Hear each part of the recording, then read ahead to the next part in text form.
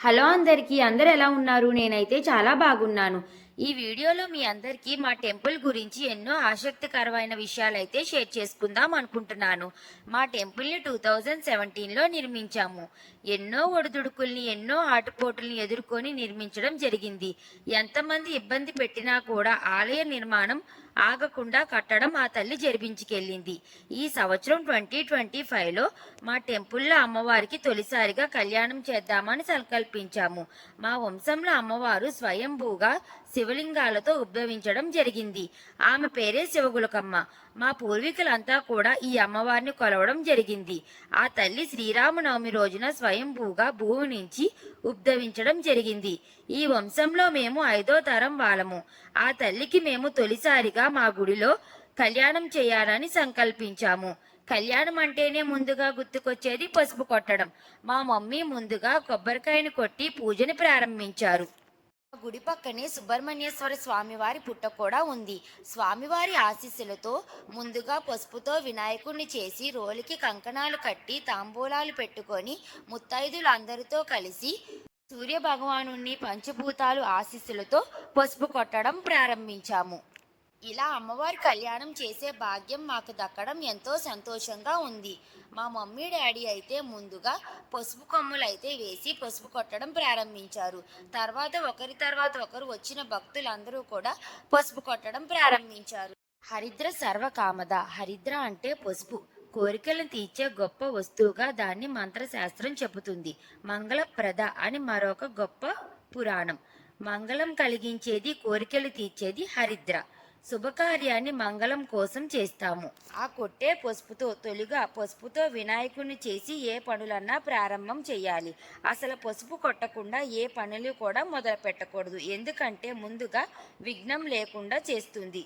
అంతేకాకుండా ఆ ప్రాంతంలో ఉన్న క్రిమికీటకాలని చంపేస్తుంది. ఇంకొక ముఖ్య విషయం మా మమ్మీ దగ్గర నేను తెలుసుకున్నది మీకు కూడా తెలియజేస్తాను. ముందు పసుపు కొట్టిన తర్వాతే పార్వతీ కళ్యాణం మొదలుపెట్టారు. గౌరీ కళ్యాణం హిమవంతుడు, మేఘాదేవి పసుపు కొట్టాకే ఈ కళ్యాణం మొదలుపెట్టారు గనక అమ్మవారు ఏది చేస్తే మనం అది చెయ్యాలి గనక గౌరీదేవి పెట్టిన ఈ సాంప్రదాయాన్ని మనం కూడా పాటించాలి. ఎందుకంటే ఆమె సర్వమంగళి గనక. ఎందుకంటే పంచభూతాలని ఏకచక్రముగా నడిపించే శక్తి మాత. ఆ తల్లికి ముందుగా పసుపు కొట్టి ఏ పనినైనా ప్రారంభం చేయాలి. మేమందరం ఆటపాటలతో మా కాలనీ వాళ్ళము, అలాగే గుడికొచ్చి అమ్మవారి భక్తులు అందరం కలిసి ఎంతో సంతోషంగా ఇలా నాట్యం చేసుకుంటూ ఆనందంగా అమ్మవారి కళ్యాణానికి నాంది పలికాము. ఇలా అందరం కలిసి అమ్మవారి కళ్యాణంలో పాల్గొని ఇలా అమ్మవారి కార్యక్రమాల్లో పాల్గొనడం ఎంతో సంతోషంగా ఉంది.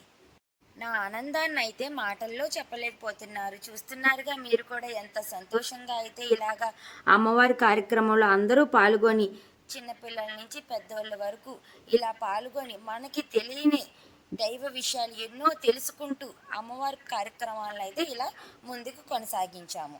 అమ్మవారే స్వయంగా వచ్చి నాట్యం చేస్తూ మమ్మల్ని దీవించడం ఎంతో సంతోషంగా ఉంది.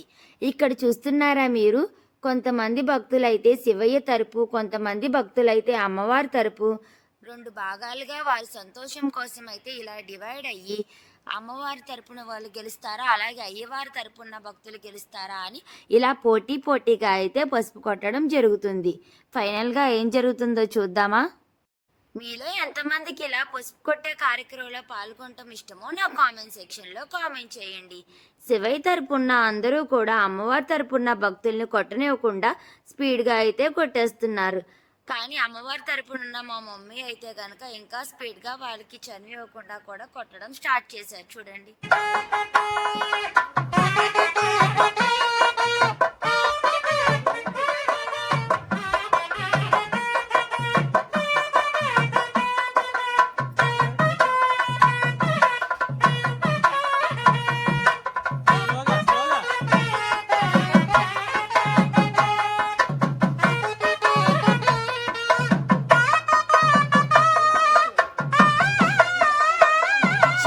అందరికీ తాంబూలాలు ఇవ్వాలి కదా, అందుకనే మా వదిన అయితే అందరికీ తాంబూలాలు ఇవ్వడం కోసం ఇలా తాంబూలాలను అయితే సిద్ధం చేసుకుంది.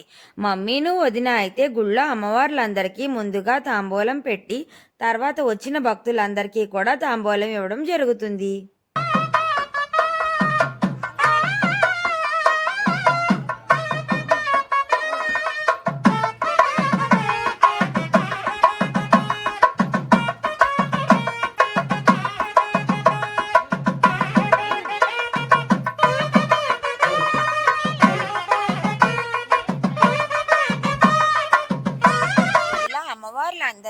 కూడా తాంబూలాలు పెట్టిన తర్వాత వచ్చిన భక్తులందరికీ అయితే నా చేతులతో తాంబూలాలను అయితే ఇచ్చాను. ఇలా తాంబూలం ఇచ్చి వాళ్ళ దగ్గర ఆశీర్వాదం తీసుకోవడం నాకెంతో సంతోషంగా ఉంటుంది.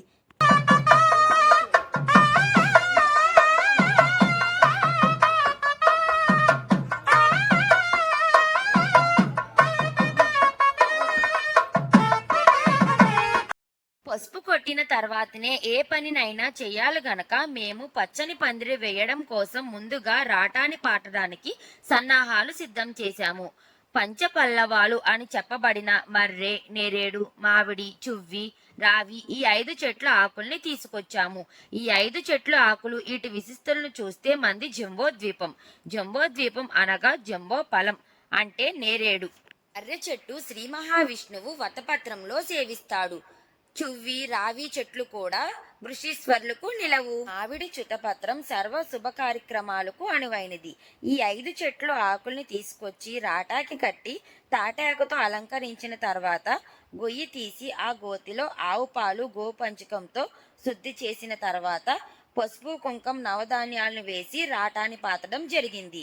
ఈ రాటాని మా అన్నయ్య, మా డాడీ, మా మేనలుడు అలాగే వచ్చిన అందరు పేరెంటాలు కూడా రాటాని పాతడం జరిగింది. రాటాని పసుపు కుంకాలతో అందంగా అలంకరించి రాటా పాతిన తర్వాత రాటా పైన మళ్ళీ పసుపు కుంకం పూలు వేసి అలంకరించి ఫైనల్ గా కొబ్బరికాయను కొట్టి పూజనైతే పూర్తి చేసుకున్నాము. చూసారా మా మేనల్లుడు కూడా ఎంత అందంగా అయితే పసుపు కడుతున్నారో. ఇలా చిన్న పిల్లల నుంచి పెద్దల వరకు ప్రతి ఒక్కళ్ళు మాకు సహకరించి మమ్మల్ని ముందుకు నడిపించిన ప్రతి ఒక్కరికి కూడా నా హృదయపూర్వక ధన్యవాదాలు అయితే తెలియజేస్తున్నాను. ఇంకా రోజంతా ఎంతో మంది భక్తులు అయితే పసుపు కట్టడానికి అయితే వస్తున్నారు.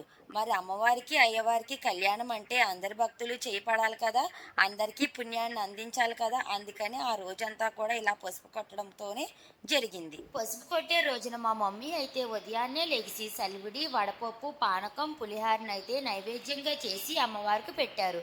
ఆ నైవేద్యాన్ని వచ్చిన భక్తులందరికీ కూడా ప్రసాదంగా అయితే పెట్టారు.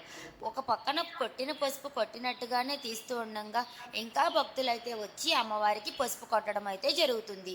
ఇక నేను కూడా అయితే పసుపు కొట్టడం అయితే స్టార్ట్ చేశాను. ఇలా అమ్మవారి కళ్యాణంలో ఎన్నో దైవ విషయాలు మా పూర్వీకుల నుంచి మా పెద్దలు తెలుసుకొని, మా పెద్దల నుంచి మేము తెలుసుకొని మా భావితరాలకి తెలియజేయడంలో ఉన్న సంతృప్తి ఎంతో బాగుండిద్ది కదా. మీలో ఎంతమందికి ఇలా దైవ విషయాలు పెద్దల నుంచి తెలుసుకొని భావితరాలకి తెలియజేయడం మీలో ఎంతమందికి ఇష్టమో నాకు కామెంట్ సెక్షన్లో కామెంట్ చేయండి.